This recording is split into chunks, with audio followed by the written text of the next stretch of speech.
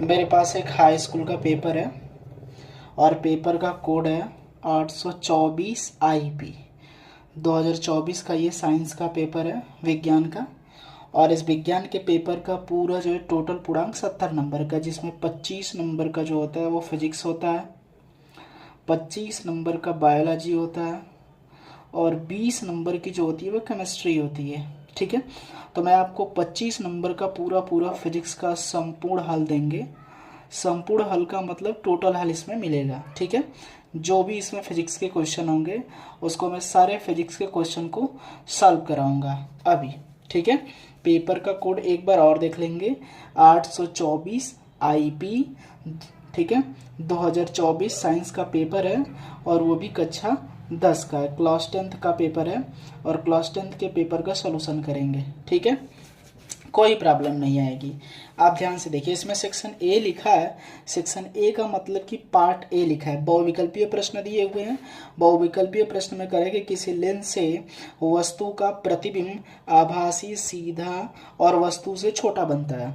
तो किस लेंस से बनता है, अवतल लेंस से कि उत्तल लेंस से। ठीक है, तो यह हमें बताना है कि कौन से लेंस से बनता है। ठीक, इसमें ऑप्शन दिया अवतल लेंस, उत्तल लेंस, समतल लेंस, इनमें से कोई नहीं। तो इसमें जो हमारा अवतल लेंस है, इस लेंस से वस्तु का जो प्रतिबिंब बनेगा आभासी बनेगा, सीधा बनेगा और वस्तु से छोटा बनेगा। ठीक है, इसके बाद दूसरा उत्तल लेंस देख लेते हैं कि प्रतिबिंब जो है आभासी जो है कैसे बनता है, सीधा कैसे बनता है। तो ये हमारे पास एक जो है अवतल लेंस है। इस अवतल लेंस के सामने एक वस्तु रखी गई है, ये होता है F, इधर होता है 2F। ठीक है, इसको मान लेंगे F डैश या F1 मान लेंगे और इसको 2F मान लेंगे, 2F। ठीक है, 2F1 मान लेंगे। चलिए, वस्तु को हम यहाँ पर रखते हैं तो हम जानते हैं कि कोई भी किरण जो है यदि चल रही होगी, तो यदि किरण मुख्य के समांतर चलती है तो वह लेंस से अपवर्तन के बाद ऐसा प्रतीत होगा कि वह कहाँ से आती हुई दिखाई दे रही है, मुख्य फोकस से। और जो किरणें इसके प्रकाशी केंद्र से जाती है वो सीधे जो है बिना विचलित हुए अपवर्तित होने के बाद निकल जाती हैं। जहाँ पर ये किरणें एक दूसरे को काटती हैं वहीं पर वस्तु का प्रतिबिंब बनता है। तो प्रतिबिंब इसका बनेगा तो वस्तु से छोटा बना है। ये जो किरणें वो डॉट डॉट चलिए मतलब कि रियल किरण नहीं है, आभासी किरण है। मतलब वस्तु का प्रतिबिंब कैसा बनेगा, आभासी बनेगा। वस्तु का प्रतिबिंब आभासी होगा, वस्तु से छोटा होगा। आभासी तथा वस्तु से कैसा होगा, छोटा होगा। ठीक है, तो हमारा जो पहला का आंसर था वो कौन सा था, ऑप्शन नंबर हमारा ए, अवतल लेंस। अवतल लेंस एक ऐसा जो है लेंस है जिसकी सहायता से जो वस्तु का प्रतिबिंब बनता है वो आभासी बनता है, वस्तु से छोटा बनता है। ठीक है, सेकंड नंबर ऑप्शन लिखा है इसमें, सेकंड नंबर क्वेश्चन लिखा है कि एक गोलीय दर्पण के वक्रता केंद्र तथा ध्रुव के बीच की दूरी 20 सेंटीमीटर है। दर्पण के ध्रुव से फोकस दूरी क्या होगी। एक गोलीय दर्पण के वक्रता केंद्र तथा ध्रुव के बीच की दूरी 20 सेंटीमीटर है। गोलीय दर्पण है, कोई भी गोलीय दर्पण ले सकते हैं, ये नहीं कहा है कि किस तरह का गोलीय दर्पण है। तो एक हमारे पास ये गोलीय दर्पण है। ठीक है, गोलीय दर्पण के वक्रता केंद्र तथा ध्रुव के बीच की दूरी, तो वक्रता केंद्र और ध्रुव पॉइंट ये जो होता है इसको बोलते हैं पोल। पोल का मतलब ये ध्रुव होता है, बीचों बीच जो दर्पण का मिड वाला पॉइंट होता है। ठीक है, इसके बाद इसका वक्रता केंद्र कहीं ना कहीं होगा। इन दोनों के बीच का जो डिस्टेंस दिया है, दूरी दिया है, वो कितना सेंटीमीटर कह रहा है, 20 सेंटीमीटर कह रहा है।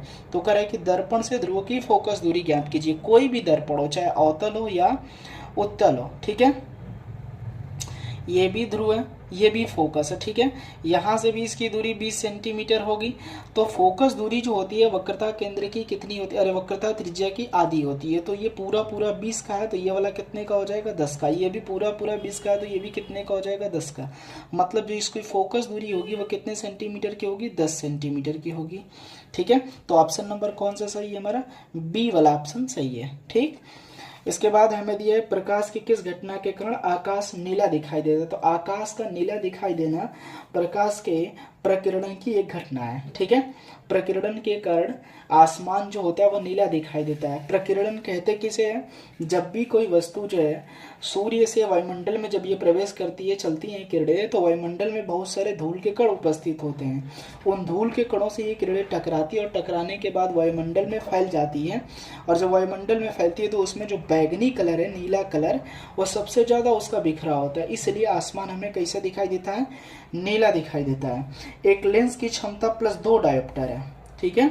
इसकी फोकस दूरी में कितनी होगी, ठीक है, वो भी फोकस दूरी किस में पूछा है? सेंटीमीटर में। तो इसकी क्षमता कितनी दिया है? 2 डायोप्टर दिया है। तो P बराबर कितना दिया है? प्लस में 2 डायोप्टर। प्लस में 2 डायोप्टर का मतलब लेंस कौन सा हमारा? उत्तल लेंस होगा, ठीक है।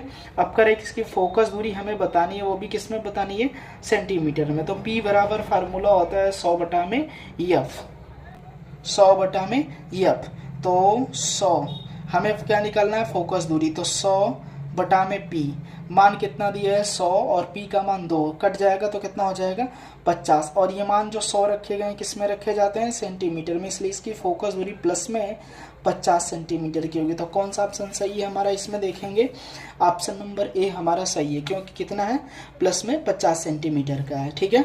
इसके बाद हम जो है क्वेश्चन नंबर 4 हो गया, क्वेश्चन नंबर 5 पर आएंगे। क्वेश्चन नंबर 5 में करें कि एक फ्यूज तार को निम्नलिखित घरेलू विद्युत वितरण के किस तार के श्रेणी क्रम में जो भू संपर्कित तार का मतलब जो भूमि से संपर्कित किया हो उसको भू संपर्कित तार बोलते हैं। उदासीन का मतलब कि न्यूट्रल हो एकदम, और जीवित तार का मतलब जिसमें करंट क्या हो? प्रवाहित हो। और इनमें से कोई नहीं, तो इनमें से कोई नहीं को काट देंगे। उदासीन में हम जो है फ्यूज तार को जोड़ेंगे नहीं, भू संपर्कित में जोड़ते नहीं। जब भी जोड़ते हैं तो जीवित तार में, जिसमें धारा प्रवाहित होती है, ताकि जो धारा का मान ज्यादा होने से फ्यूज तार हमारा क्या हो जाए? गल जाए, जिससे हमारे सारे जो है उपकरण सुरक्षा हो, सेफ्टी हो, ठीक है। तो किस में जोड़ेंगे उसको? जीवित तार में। तो ऑप्शन नंबर कौन सा सही है हमारा? सी सही है, ठीक है। इसके बाद करें कि यदि शक्ति, कार्य तथा समय के मात्रक x1, x2, x3 से प्रदर्शित किए जाएं, ठीक है। शक्ति, कार्य तथा समय के मात्रक x1, x2, x3 से प्रदर्शित किए जाए तो निम्नलिखित में से कौन सा संबंध सही है? हमें ढूंढना है। तो कह रहे हैं कि शक्ति को किससे प्रदर्शित करना है? शक्ति को x1 से, ठीक है। यहां पर हल करते हैं। शक्ति को किससे प्रदर्शित करेंगे? x1 से। नीचे हल कर लेते हैं हम यहां पर। चलिए, शक्ति को x1 से, ठीक है। शक्ति के बाद कह रहा है कि कार्य है, और कार्य को किससे प्रदर्शित करेंगे? x2 से। और जो समय है, समय को किससे प्रदर्शित करना है? x3 से। तो हमें बताना है कि कौन सा ऑप्शन सही है। चलिए, तो शक्ति, कार्य और समय हो गया। तो हम जानते हैं कार्य बराबर सूत्र क्या होता है, या P बराबर फार्मूला होता है W/T। तो P हमारा शक्ति है, जिसको हम किससे डिनोट करते हैं? x1 से। कार्य हमारा कितना? x2 है, और समय हमारा कितना? x3 है। तो x1 में x3 का गुणा कर देंगे तो किसके बराबर हो जाएगा? x2 के। मतलब कि ऑप्शन हमारा कौन सा सही होगा? x1 × x3 बराबर x2। तो ऑप्शन कौन सा सही है हमारा? बी इज राइट ऑप्शन, ठीक है। अगला इसमें सवाल कह रहे हैं, क्वेश्चन नंबर जो है 7 है कि एक चालक में 10 एम्पीयर की धारा प्रवाहित होती है। इसके संगत 2 सेकंड में प्रवाहित होने वाले कुल आवेश की मात्रा कितनी होगी? चालक में I का मान कितना दिया है? 10 एम्पीयर की धारा प्रवाहित होती है, ठीक है। अब 10 एम्पीयर की धारा प्रवाहित होती है तो करें कितने सेकंड के लिए प्रवाहित होती है? 2 सेकंड के लिए प्रवाहित होती है। चालक में प्रवाहित आवेश की मात्रा कितनी होगी? I बराबर सूत्र कितना होता है? Q/T। I का मान कितना दिया है? 10। Q का मान कितना दिया है? नहीं दिया है। T का मान कितना दिया है? 2। तो गुणा कर देंगे तो Q बराबर कितना आ जाएगा? 20 कूलम। कितना हो जाएगा? आवेश की मात्रा उसमें 20 कूलम हो जाएगा। तो कौन सा ऑप्शन सही है हमारा? ऑप्शन नंबर कौन सा सही है? सी सही है। तो सी कितने कूलम का होगा? 20 कूलम का होगा। तो अब हमको जो है पार्ट नंबर बी करना है। पार्ट बी में वर्णनात्मक प्रश्न दिए हुए हैं। वर्णनात्मक प्रश्न में देखेंगे क्या दिया हुआ है। करें कि दृष्टि दोष किसे कहते हैं, ठीक है। फिर करें कि PQR 3 व्यक्तियों में दृष्टि दोष के निवारण में प्रयुक्त लेंसों के नाम लिखिए, ठीक है। तो दृष्टि दोष हम किसे कहते हैं? दृष्टि दोष एक तरह का जो है आंख में पाया जाने वाला दोष है, ठीक है। उसे हम क्या बोलते हैं? दृष्टि दोष। चलिए, हमको दृष्टि दोष पढ़ना है। दृष्टि दोष किसे कहते हैं? तो दृष्टि दोष का मतलब कि जब आँखों की जो क्षमता होती है समंजन क्षमता, दृष्टि दोष। आंख की समंजन क्षमता जब क्षीण हो जाती है, क्षीण हो जाती है तो वस्तुएं दिखाई नहीं देती हैं, वस्तुएं दिखाई नहीं देती हैं, ठीक है। और जब वस्तुएं दिखाई नहीं देती हैं उसे दृष्टि दोष कहते हैं, ठीक है। उसे कौन सा दोष बोलते हैं? दृष्टि दोष बोलते हैं। आगे इसमें कह रहा है कि पहला कि पी केवल निकट की वस्तु को स्पष्ट देख सकता है परंतु दूर की वस्तु को नहीं देख सकता है। पी केवल निकट की वस्तु को दिखाई दे रहा है, मतलब व्यक्ति को किस तरह का दोष है? निकट दृष्टि दोष है। और जब व्यक्ति को निकट दृष्टि दोष होगा तो उस समय व्यक्ति के चश्मे में कौन सा लेंस यूज किया जाएगा? अवतल लेंस, ठीक है। तो ये पूछ रहा है कि, ठीक है, लेंसों के नाम बताइए। तो पी केवल निकट की वस्तु को देख रहा है जबकि दूर की वस्तु को नहीं देख पाता है, तो उसके आंख में निकट दृष्टि दोष है। और निकट दृष्टि दोष का मतलब कि व्यक्ति को सिर्फ निकट की वस्तु दिखाई दे रही है, दूर की वस्तु दिखाई नहीं दे रही है, मतलब व्यक्ति को निकट दृष्टि दोष है, उसके चश्मे में अवतल लेंस का प्रयोग किया जाएगा। क्यों केवल दूर की वस्तु को स्पष्ट देख पाता है परंतु निकट की वस्तु को नहीं, तो व्यक्ति को कौन सा दृष्टि दोष है? दूर दृष्टि दोष है। और दूर दृष्टि दोष है तो उस समय व्यक्ति के चश्मे में उत्तल लेंस का प्रयोग किया जाता है। किसका? उत्तल लेंस का। अब करें कि आर न तो दूर की वस्तु को देख रहा है न निकट की वस्तु को देख रहा है, तो व्यक्ति के आंख में जो है जरा दृष्टि दोष है। जरा दृष्टि दोष में दोनों दोष पाए जाते हैं। और इसमें जो व्यक्ति के चश्मे में लेंस यूज किया जाता है वो द्विफोकसी लेंस यूज किया जाता है। कौन सा लेंस? द्विफोकसी लेंस का प्रयोग करते हैं, ठीक है। मतलब अवतल उत्तल दोनों रहेगा इसमें, ठीक। अगला प्रश्न है इसमें करेगी जल तथा कांच के में प्रकाश की चाल क्रमशः 2.25 × 10⁸ मीटर प्रति सेकेंड और 2 × 10⁸ मीटर प्रति सेकेंड दिया है। क्रम से निम्नलिखित के मान हमको ज्ञात करना है। तो जल में अपवर्तनांक दिया हुआ है, और जल में प्रकाश की चाल दिया हुआ और कांच में प्रकाश की चाल दिया हुआ है। तो जल में प्रकाश की चाल कितनी दिया हुआ है? दूसरा हल करना है वर्णात्मक वाला। तो जल में प्रकाश की चाल दिया है भी W लिख लेते हैं 2.25 × 10⁻, कितना दिया हुआ है? 8 मीटर प्रति सेकेंड। और कांच में प्रकाश की चाल VG लिख देते हैं, कितना दिया हुआ है? 2 × 10⁸ मीटर प्रति सेकेंड, दोनों दिया हुआ है। निम्नलिखित में अपवर्तनांक की गणना करना है। पहला सवाल दिया हुआ है पानी के सापेक्ष कांच का अपवर्तनांक बताइए, ठीक है। तो पानी के सापेक्ष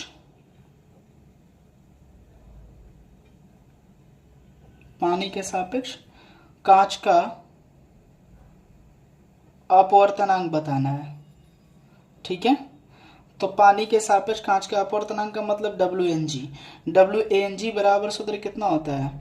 ANG बटा में AMW। तो हमें अपवर्तनांक तो दिया नहीं है, और जब नहीं दिया नहीं है तो हम कहीं से अपवर्तनांक को ज्ञात करेंगे। तो ये कहाँ पर दिया हुआ है? चाल जल में, ठीक है। तो जल में प्रकाश की चाल दिया हुआ है, तो हम लिख सकते हैं एक सूत्र होता है N बराबर C बटा में V। तो C का मतलब हम कहाँ निकाल रहे हैं? जल में। तो हवा के सापेक्ष किसका अपवर्तनांक दिया हुआ है? जल का अपवर्तनांक, ठीक है। तो 3 × 10⁻, कितना हो जाएगा? 8, नीचे 2.25 × 10⁻, कितना हो जाएगा? 8।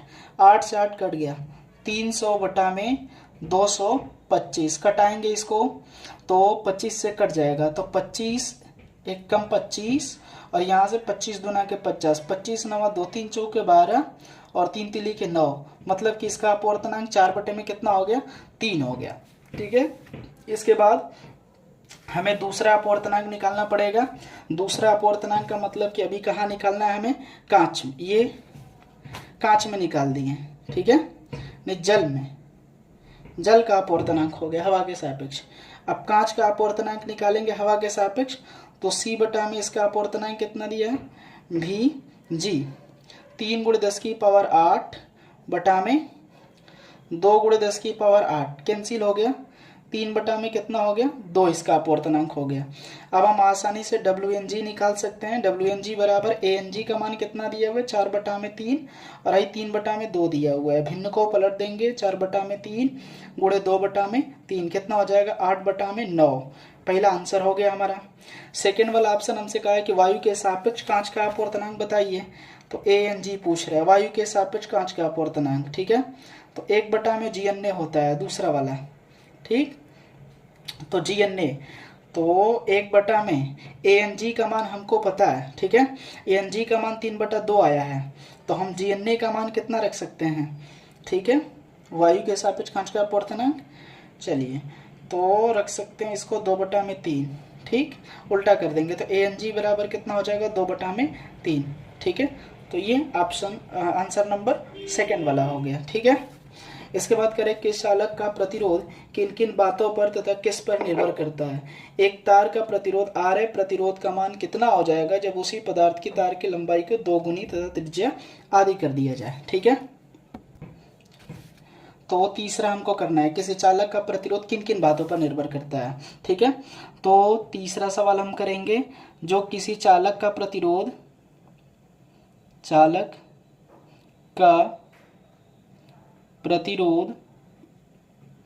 निम्न बातों पर निर्भर करता है।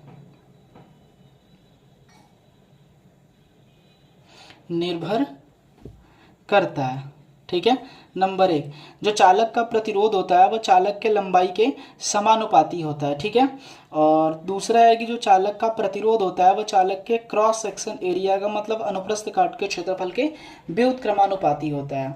तो किसी चालक का प्रतिरोध निम्न 2 बातों पर निर्भर करता है। पहला, चालक का जो प्रतिरोध होता है चालक के लंबाई के समानुपाती होता है, मतलब कि लंबाई जितना ज्यादा रहेगी उसका प्रतिरोध उतना ही अधिक होगा। और किसी चालक का प्रतिरोध चालक के अनुप्रस्थ काट के क्षेत्रफल के व्युत्क्रमानुपाती होता है, मतलब क्षेत्रफल ज्यादा तो प्रतिरोध कम, क्षेत्रफल कम तो प्रतिरोध ज्यादा होता है। अब आगे कह रहा है उसमें कि प्रतिरोध का मान क्या होगा जब तार जो उसके पदार्थ की लंबाई कितने गुना कर दिया जा रहा है 2 गुना। तो मान लेंगे माना तार की प्रारंभिक लंबाई L है। ठीक है, बाद में उसकी लंबाई कितनी हो जा रही है 2 गुना, अतः पुनः खींचने पर तार की लंबाई बराबर 2L हो जा रही है। ठीक है, तो उस स्थिति में तार की लंबाई कितनी गुना 2 गुना तथा त्रिज्या कितनी कर दिया जाता है आधी। तो प्रारंभिक इसकी त्रिज्या कितनी रही होगी, प्रारंभिक त्रिज्या R। ठीक है, और दूसरी त्रिज्या जो रही होगी खींचने के बाद वो कितनी हो गई होगी आधी, का मतलब R/2 हो गई होगी। तो कह रहे कि चालक का प्रतिरोध बताइए। चालक का जो प्रारंभिक प्रतिरोध वो कितना है R है। हमें दूसरा प्रतिरोध ज्ञात करना है, तो प्रारंभिक प्रतिरोध हम जानते हैं प्रतिरोध, ठीक है, R बराबर रो L/A। देखो जो तार का विशिष्ट प्रतिरोध होता है वो रो ही रहेगा, वो नहीं बदलेगा, क्योंकि जब तार को बदलेंगे तभी तार बदलेगा। विशिष्ट प्रतिरोध कितना मान लेते हैं इसका, विशिष्ट प्रतिरोध रो हो तो, ठीक है, तो R1 ये हमारा प्रारंभिक प्रतिरोध है, तो R बराबर कितना हो जाएगा, रो वही रहेगा, L हमारा वही है, ये वाला यही है। ठीक है, क्षेत्रफल, तो क्षेत्रफल के जगह हम क्या लिख सकते हैं, रो L/πr²। ठीक है, समीकरण नंबर 1 हो गया। दूसरा है हम R' निकालेंगे, रो वही रहेगा, तार की लंबाई 2 गुनी हो गई है, त्रिज्या कितनी हो गई उसकी आधी, R/2 का होल स्क्वायर हो गया। ठीक है, चलिए तो R' बराबर रो, ठीक है, 2L बटा में पाई और वर्ग करेंगे तो R² बटे में 4। ठीक है, ये चला जाएगा ऊपर, तो R' बराबर कितना हो जाएगा, रो 8L बटा में पाई R²। तो R' बराबर 8 को हम बाहर निकाल लेंगे, रो L बटा में पाई R²। समीकरण नंबर कितना हो गया 2। 1 और 2 को ध्यान से देखेंगे कि किस पूरे जगह पर हम क्या लिख सकते हैं, R लिख सकते हैं। इस पूरे के जगह पर हम क्या लिख सकते हैं, R। तो लिखेंगे समीकरण 1 तथा समीकरण किससे 2 से। समीकरण 1 और 2 से लिखेंगे तो r डैश बराबर 8 तो रहेगा, और इस पूरे के जगह पर हम कितना लिख सकते हैं, r लिख सकते हैं। तो जो उसका प्रतिरोध है वो प्रारंभिक प्रतिरोध का कितना गुना हो गया है, 8 गुना हो गया है। ठीक है। अगला इसमें दिया है कि निम्नलिखित नियमों का उल्लेख नामांकित चित्र की सहायता से कीजिए। निम्नलिखित की सहायता से किसी भौतिक राशि की दिशा को ज्ञात कीजिए। ठीक है। पहला पूछा है फ्लेमिंग के बाएं हाथ का नियम, दूसरा पूछा है दक्षिण हस्त अंगुष्ठ का नियम। ठीक है। तो मैं नियम बता देता हूँ, फिगर आप लोग किताब में देख लीजिएगा। ठीक है। तो फ्लेमिंग के बाएं हाथ का नियम देखेंगे। फ्लेमिंग के बाएं हाथ का नियम, फ्लेमिंग ने बताया था कि यदि अपने बाएं हाथ के अंगूठे और पास की अंगुलियों को, बाएं हाथ हमारा ये वाला है, ठीक है, बाएं हाथ के अंगूठे और पास की अंगुलियों को फैलाकर एक दूसरे के लंबवत रखेंगे। तो अंगूठे की पास वाली जो अंगुली है वो कहाँ होनी चाहिए, चुंबकीय क्षेत्र की दिशा में। ठीक है। अंगूठे की पास वाली अंगुली चुंबकीय क्षेत्र की दिशा में, मध्य वाली अंगुली धारा की दिशा में। तो अंगूठा चालक पर लगने वाले बल की दिशा को प्रदर्शित करता है। तो फ्लेमिंग के बाएं हाथ का जो नियम है वो किसके नियम को बताता है, मतलब बल के नियम को बताता है। ठीक है। तो हम लोग क्या लिखेंगे इसमें कि यदि हम अपने बाएं हाथ के अंगूठे और पास की दोनों अंगुलियों को एक दूसरे के लंबवत रखें, तो यदि अंगूठे की पास वाली अंगुली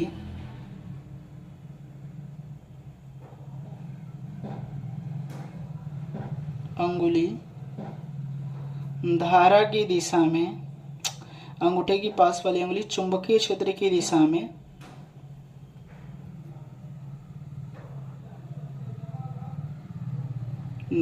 में तथा मध्य वाली अंगुली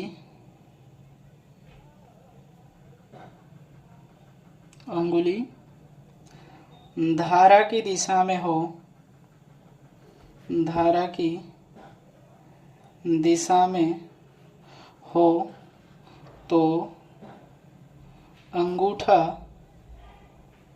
चालक पर लगने वाले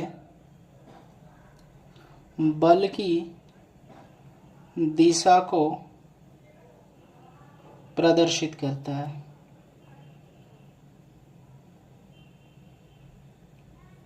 ठीक है। इसके बाद सेकंड नियम है। सेकंड नियम में कहा है कि दक्षिण हाथ के अंगूठे का नियम बताना है। दक्षिण का मतलब दाहिना हाथ। ठीक है। दाएं हाथ के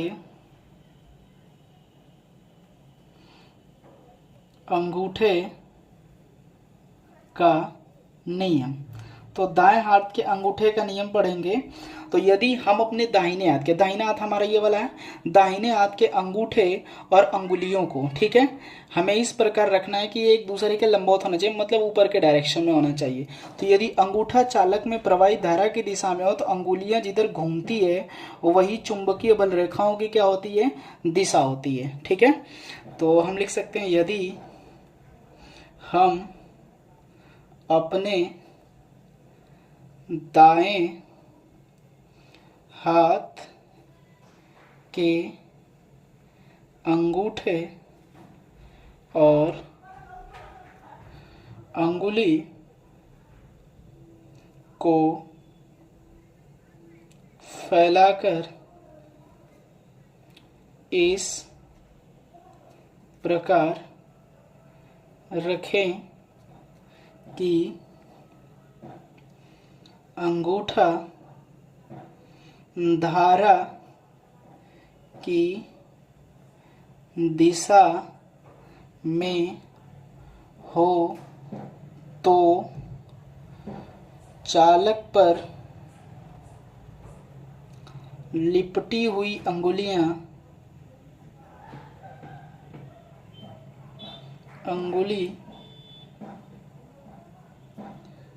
चुंबकीय